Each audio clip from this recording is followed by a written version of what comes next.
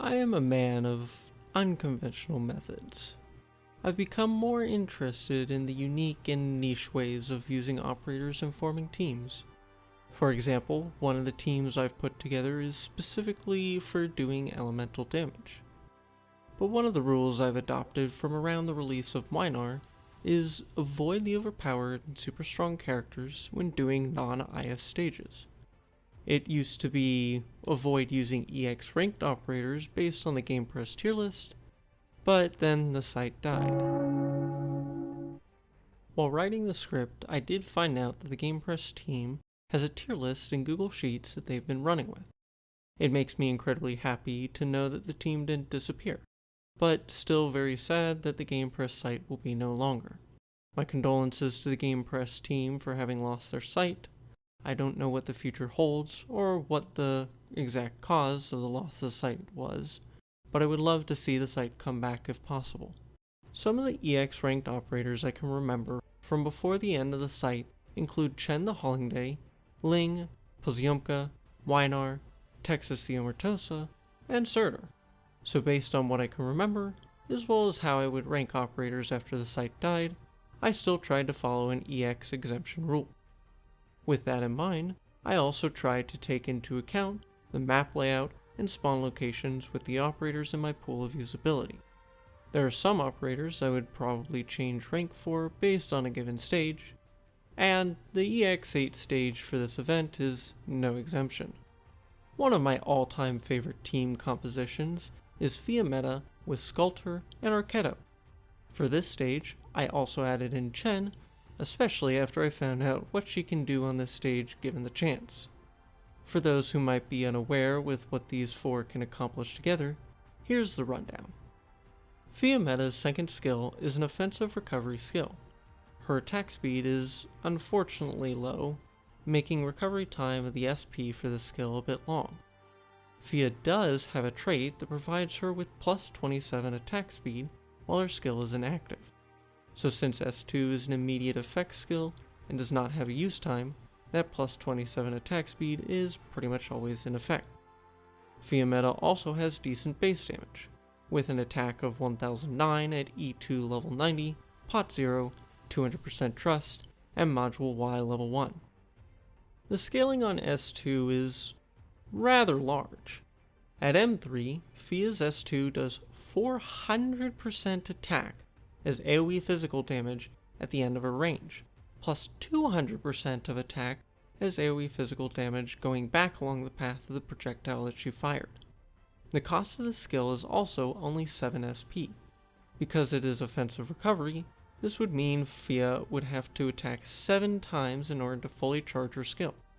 But due to her attack speed, this makes recovery slow even after the additional plus 27 attack speed she gets from her trait. This is where Archetto and Chen come into support.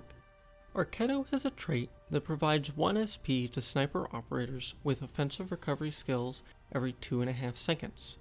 After Fia's plus 27 attack speed increase, her attack interval becomes about 2 seconds. This means that with Archetto deployed on the field, instead of 0.5 SP per second, Fia will recover about 0.9 SP per second. Then there's Chen to consider as well. Chen has a similar trait to Archetto, but instead applies to all operators with offensive or defensive skills and happens every 3 seconds with Module X level 3 equipped. Therefore, with Chen deployed on the field, along with Archetto and Fia, Fia will recover about 1.23 SP per second. If there are no enemies in Fia's range, this changes to 0.73 SP per second. But without Archetto and Chen, the skill would never recharge without enemies for Fia to attack. This also means that Fia can charge her skill in between enemies entering her range. For this stage's case though, the boss will always be in Fia's range. Therefore, Fia's SP recovery rate once Archetto and Chen are deployed will always be 1.23 SP per second. And in turn, Fia's skill can be activated every 5.7 seconds on average, versus every 14 seconds without Archetto and Chen. So if Fia's base attack is 1009, an enemy at the end of Fia's range will be dealt 4036 physical damage followed by another 2018 physical damage. While this is not equal to 6054 damage dealt due to defense used as flat reduction in calculation, it is still a lot of damage. But we haven't covered why Skalter is in the party. Fia also has another trait that gives her passive health loss over time, but a percentage increase to her attack based on her current health. This is one of the main reasons Fia doesn't see usage very often, as due to this trait, Fia requires constant medical attention, and therefore someone to provide focused healing on her during the mission at all times. Without healing, she never receives the attack buff of the trait, and with the attack buff, that means Fia has effectively one trait compared to most 6 stars 2 traits, and will perish if she so much as stubs a toe. While Archetto and Chen substitute as another trait for Fia, this still doesn't address the health issue. That's where Skalter comes in. Skalter, as a bard, will heal allies in range over time. Fia's trait receives the highest attack bonus at 80% health or more. It just so happens that Skalter at level 90 pot 0 and 200% trust, while having S2M3 active, can mitigate the passive health loss on Fia while keeping her above 80% health. And on top of that, Skalter S2 also provides even more extra attack. So, with Skalter's S2 active with Fia in range, Fia's attack increases from 1009 to 1527, about a 52% increase to Fia's attack. This then means that Fia's S2 will now deal 6108 physical damage, followed by another 3054 physical damage for an enemy at the end of Fia's range.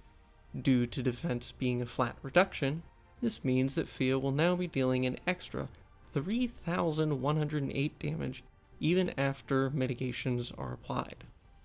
The main boss for this event, Alistair, has 92,000 HP on the EX stage.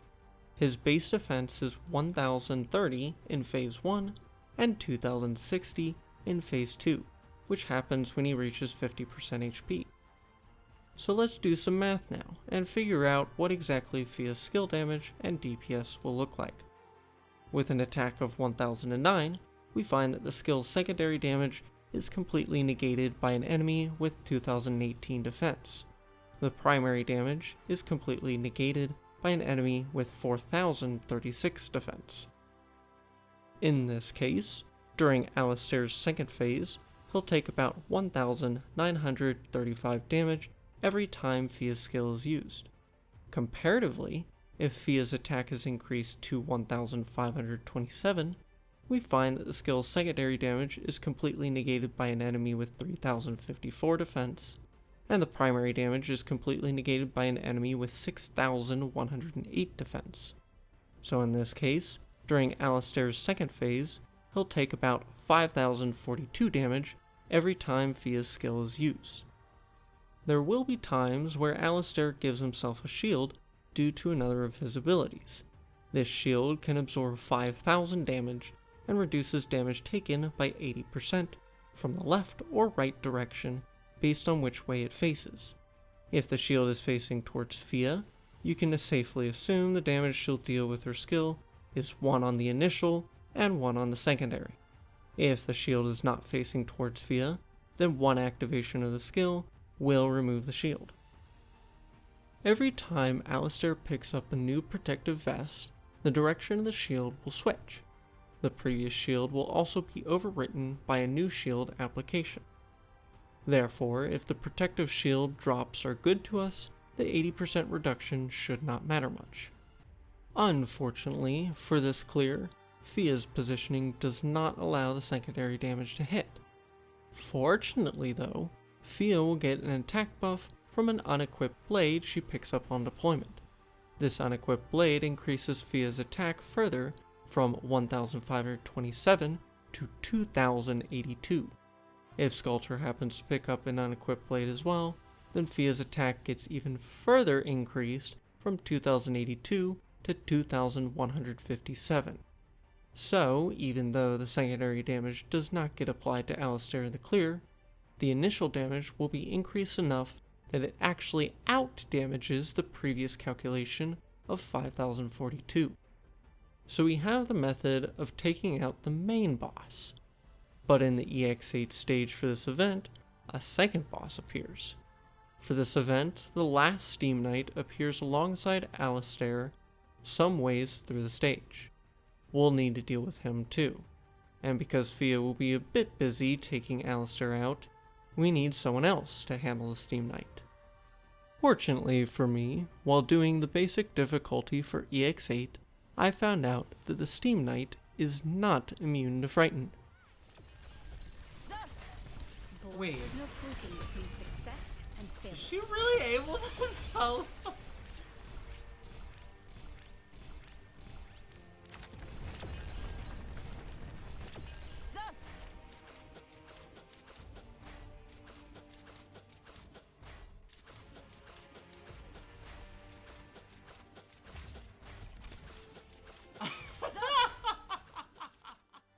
Chen S1 with an assault arts unit equipped will frighten the enemy struck by Chen's attack every time her skill activates. The time between skill activations, or frighten applications for this case, is short enough that the frighten application interval is less than 10 seconds, the length of the frighten itself. Therefore, the Steam Knight is permanently frightened, making him unable to attack. The only thing you need to watch out for then is the Steam Knight's missile ability, as he still gets to use that. So as long as you can keep your operators healed from the missile attacks, he's pretty easy to deal with. You just have to make sure you get an assault arts unit equipped on Chen. If not, you can use other operators to support taking the Steam Knight down, as you'll see in my clear of the mission. One last thing to consider going into the challenge mode of this stage is that the special effect added makes Alistair's attack range global. This means he can target allies anywhere on the stage rather than just within 3 tiles from the tile he resides in. Because of this, we'll have to play some hot potato with Alistair's aggro rather than just playing out of range. Therefore, we'll want to bring a quick redeploy operator so we can draw at the very least Alistair's Royal Decree attack away from our main operators. With all that in mind now, let's get on to the clear. This will be the loadout I use for this mission. You can go to the description for a written loadout.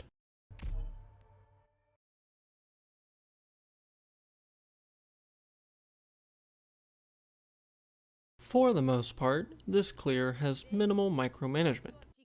The worst part is while Alistair is alive. Rather than talking through the exact placements, skill activations, and full reasons of the choices made, I'll provide general comments on what to do and what's going on. Alistair's Royal Decree attack has a 25-second cooldown. You'll be wanting to deploy your operators in between Royal Decrees, while placing your quick redeploy just before Alistair uses his Royal Decree. The best places to put your fast redeploy will be the top right and bottom right corners, depending on what enemies are where at the time. Pay special attention to the airships and deploy outside of their range. All other operators, minus Ines and Bagpipe, should be deployed in the 8 tiles around the only munitions factory on the field.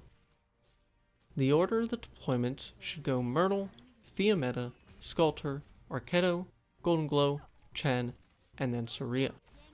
Ines and Bagpipe can be deployed as you wish, just make sure they don't get targeted by the airships, and Ines has someone to attack every time her skill is available to maximize DP gain. After you have Saria down and the munitions factory has been activated, you can retreat Myrtle and deploy Neural in her place. Always make sure you have 1 unit limit available so you can use the quick redeploy as needed. After you defeat Alistair though, you won't have to worry about this anymore. There are some specific locations and directions for operators to be deployed in. Fiammetta deploys to the bottom right of the munitions factory facing right. Skalter deploys to the bottom of the munitions factory facing any direction. Archetto deploys to the top of the munitions factory facing up. and Chen deploys to the top left of the munitions factory facing up. You can just face all other operators to the right when deployed. Other than all that, activate Myrtle's, Ines, Golden Glow's, and Fia's skills whenever available. Finally, if Chen did not receive an Assault Arch unit, feel free to restart or run with it. I was able to finish the mission with Chen having received a protective vest instead on our first deployment. All I needed to do was rotate deployment of Ines, Bagpipe, Myrtle, and my fast redeploy to temporarily block the Steam Knight after Chen was first defeated.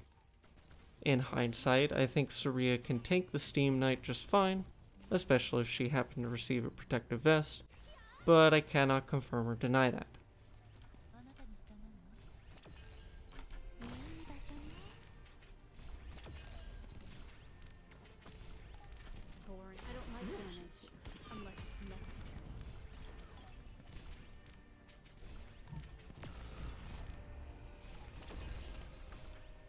Anyone in front of me who still feels like blinking?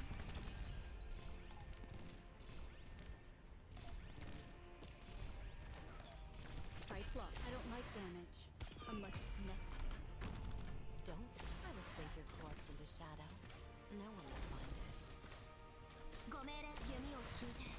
There's no fluking between success and failure. Don't keep me waiting.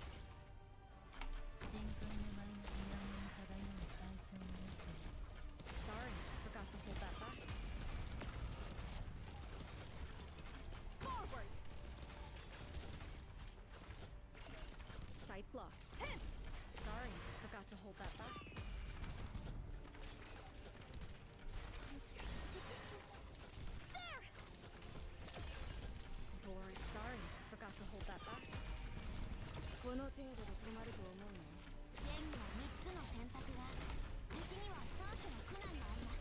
Sights locked. Sorry, forgot to hold that back.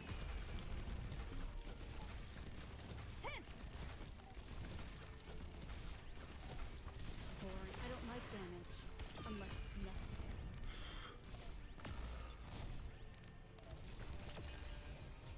Picked out your bait yet? Nothing can mask the set. Sorry, forgot to hold that back.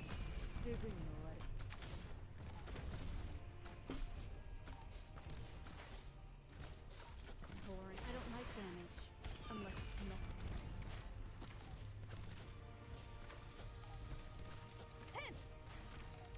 Boring. I don't like damage unless it's necessary.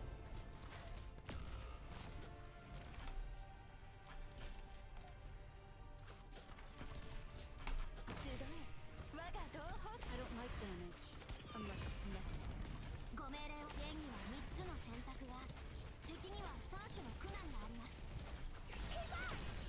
Sights with anyone in front of me who still feels like blinking?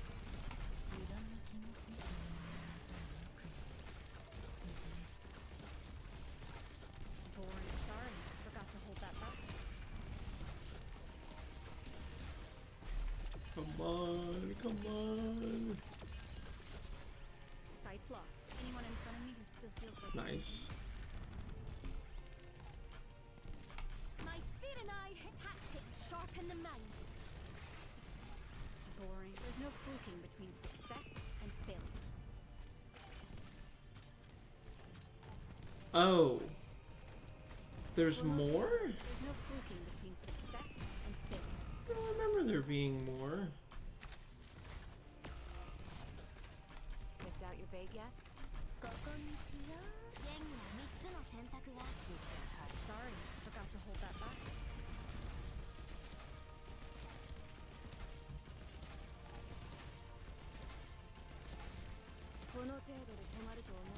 Anyone in front of me who still feels like blinking?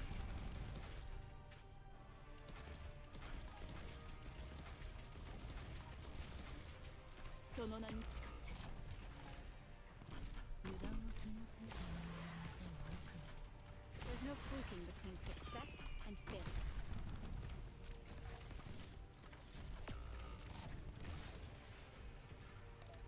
Don't. Nothing can mask the set of despair. There's no fluking between success and failure.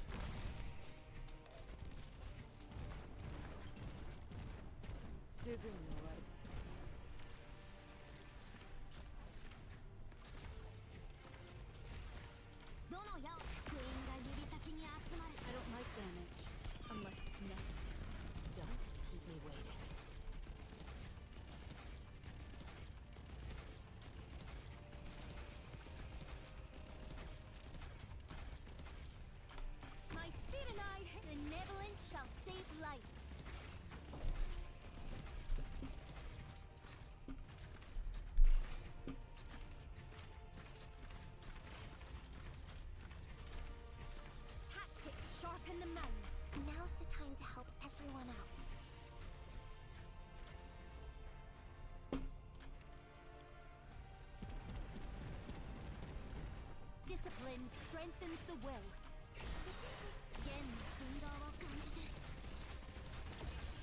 Come on! Get back down here! Yes! Oh my goodness. You did a better job than I imagined. Ugh. The feeling of fighting in a squad. It's been a long time. Oh my gosh.